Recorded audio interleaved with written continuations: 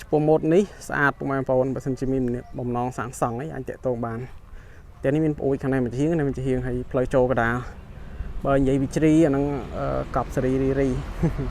អានេះឆ្ដើ5កម្មទ្វារមុខប្រើទ្វារសុវត្ថិភាព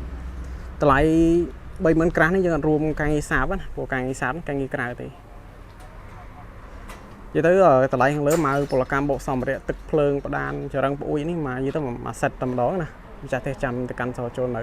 តែនេះតាមតសតាមអីយើងមានបិទប្រភេទឡាយក្រោហើយជាងពងធ្វើការងារឆ្នាំអញ្ចឹងកាត់លាបខាងនេះសិនខាងនោះរៀងក្តៅអញ្ចឹងតែនេះខឿន8ទឹកហើយកម្ពស់ជាង4ម៉ែត្រដបូលក៏ប្រក់ក្បឿងសេរ៉ាមិចប្រភេទក្បឿងហៅក្បឿងម៉ាឡេណាតែនេះប្រភេទជាក្បឿងរបស់ចិនវាមិនមែនក្បឿងរបស់ម៉ាឡេទេចឹងនៅប៉ែកខាងមុខនេះយើងមានធ្វើសួនធ្វើអីស្រាប់ចាស់ទេក៏ដាំលម្អផ្ទះបន្ថែមណាព្រោះហ្នឹងវាជួយលើកសម្ព័ន្ធភាពផ្ទះបន្ថែមចឹងជាងពងឡាយទៅលើការងារឆ្នាំចឹងផ្ទះនេះនៅការងារឆ្នាំការងារប្រអួចហើយនឹងការងារតឡើងប្រព័ន្ធទឹកភ្លើងនឹងរួចរាល់ហើយចឹងក្បឿងដែលយើងប្រើប្រភេទជាក្បឿងសេរ៉ាមិចរបស់ចិនណាចឹងគៀងនេះយើងមានប្រអួចមានអីយើងដាក់ប្រអួចពណ៌ប្រអួចចាស់ទេរ៉េពណ៌ធម្មតាហើយតាមប្រអួចតាមអីយើងមានសណាញ់មូសដែរក្នុងតម្លៃហ្នឹងហើយពណ៌ទេអាស្រ័យទៅលើម្ចាស់ទេស្រឡាញ់អញ្ចឹងឥឡូវយើងចូលទៅមើលខាងក្នុងទាំងអស់គ្នាបងតែនេះខឿន8ទឹកកម្ពស់ជាង4ម៉ែត្រអានេះតាមតសតាមអីស្រាប់មានជ្រីទាំងអស់ណាអញ្ចឹងតម្លៃក៏ចំណាយតាមនឹងដែរអញ្ចឹងគៀននេះយើងធ្វើកន្លែងសម្រាប់យើងអង្គុយលេងហើយយើងបិទក្រូស្ងួតព្រោះនៅក្រៅវាល្អិលនេះតាមតសតាមអីយើងមានជ្រីខាងមុខនេះគឺយើងមានជ្រីដែរយើងចាប់ពូលធំមកក្របនេះកន្លែងបដានហ្នឹងហើយនេះម៉ូតទ្វារសុវត្ថិភាពតម្លៃវាចូល1000ជាងដែរ1400 1500ក៏អាចលើសនឹងតិចតួចអាស្រ័យទៅលើម៉ូតរបស់វាណាទីតាំងអាស្រ័យទៅលើការដឹកជូនហើយតាមប្អូចអីផ្សេងយើងមានជ្រីយើងមានចម្រឹងប្អូចអីត្រឹមត្រូវរបស់យើងដែរហើយនេះសម្រាប់យើងដាំផ្កាលម្អបន្ថែមព្រោះអានឹងវាជួយលើកសុខភាពផ្ទះបន្ថែមហើយយើងចូលមកអានេះកន្លែងទូភ្ញៀវចឹងកន្លែងទូភ្ញៀវយើងបានទំហំប៉ុណ្ណឹងចាអានេះបដានGD សុងទ័រហើយនឹងព្រីសម្រាប់យើងគ្រប់គ្រងប្រព័ន្ធមកផ្ទះហ្នឹងណាយើងបំបែក D សុងទ័រផ្សេងចម្រឹងប្អូចអីម៉ូតម្ចាស់ផ្ទះរើសបានណាហើយផ្ទះនេះបិទក្រោជាង 1.3 ម៉ែត្រកន្លែងទូភ្ញៀវហើយនឹងផ្ទះបាយបន្ទប់គេង3ហើយបន្ទប់ទឹកតែមួយទេអញ្ចឹងនេះក៏កន្លែងទូភ្ញៀវបានទំហំប៉ុណ្ណឹង3ម៉ែត្របដ 7 ម៉ែត្រណាអញ្ចឹងផ្លូវដើរយើងនៅកណ្ដាល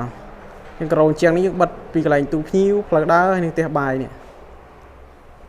ហើយនេះទ្វារបន្ទប់គេងនេះបន្ទប់គេងទី1ទី2ទី3អញ្ចឹងនេះបន្ទប់គេងទី1យើងទ្វារយើងប្រើទ្វារសុវត្ថិភាពដែរហើយពណ៌ម៉ូតទ្វារអានឹងចាស់តែរបានមកស្រឡាញ់ណាយើងកំណត់តម្លៃមានក្នុងតម្លៃកុងត្រាហើយក្រោនេះគឺក្រោម្ចាស់តែរើសពណ៌បានរើសឡាយឬអីក្នុងបន្ទប់គេងយើងកំណត់ម៉ូតត្រឹម1ផុងណាយើងមានពូល LED ពូលភ្នែកកែបពូលរាត្រីហើយនេះបន្ទប់គេងទី2បន្ទប់គេងទី2ទ្វារអីម៉ូតដូចតែបន្ទប់គេងទី1ទី2ទី3ដែរនេះបដានយើងម៉ូតត្រឹម1ផុងដូចគ្នាហើយមកខាងក្រោយទៀតអានឹងបន្ទប់គេងទី3តម្លៃ30000ក្រាស់យើងមកពលកម្មបោកសម្ភារៈតែម្ដងចាស់ទេចាំទៅកាន់សល់ចូលនៅទឹកភ្លើងដីពេញបាក់ផ្ទះអីផ្សេងអានឹងពួកខ្ញុំអ្នកចំណាយប្លង់អីផ្សេងអញ្ចឹងណាអានេះកន្លែងផ្ទះបាយណាយើងមានថាសច្ក្រានហើយកន្លែងដាក់ទូទឹកកកកន្លែងដាក់ម៉ាស៊ីនបុកកៅអៅថាសច្ក្រានចាក់អញ្ចឹងទៅហើយស៊ីងនឹងចានដាក់កន្លែងហ្នឹងមកហើយអញ្ចឹងតម្លៃខាងលើនេះយើងមិនរួមការងារសម្ភារៈពាក្យថែមដូចជាតុទូក្រេសិនជាយករួមបញ្ចូលទេនេះទ្វារចេញទៅក្រោយត្រឹមអាទូផ្ទះមានការ៉ូមានទឹកមានភ្លើងបដានអីមួយរួចរាល់អានឹងពួកខ្ញុំណាហើយសម្ភារៈអីកុងត្រាយើងដាក់វាមិនតម្លៃជាក់ស្ដែងគឺយើងដាក់បែបហ្នឹងដូចគ្នាអានេះ1.3 ម៉ែត្រគឺមានការ៉ូនេះទៅអានេះយើងអាច highlight ការ៉ូធម្មតាយូការ៉ូបាតពណ៌ផ្សេងមក highlight ក៏បានឬក៏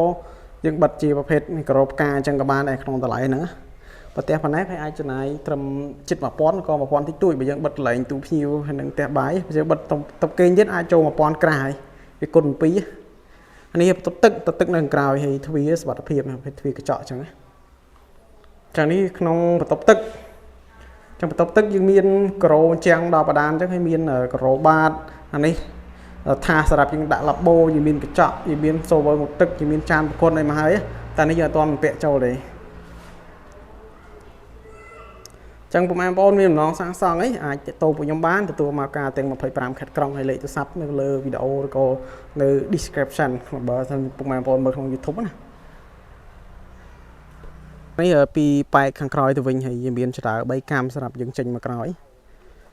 hay anh ấy có tờ lại hàng lớn có những room chùm mùi nâng ăn stick ăn stock lên bộ đấy nhưng thôi mà mét class và đói pi mét class chùm rồi tung mét 2 mét học đấy tiền này tri cọc lại họ tăng câu hơi cái này hả bọn chào con san bụng ai bon miền nó sang sằng ấy ai chỉ tông bạn ở con san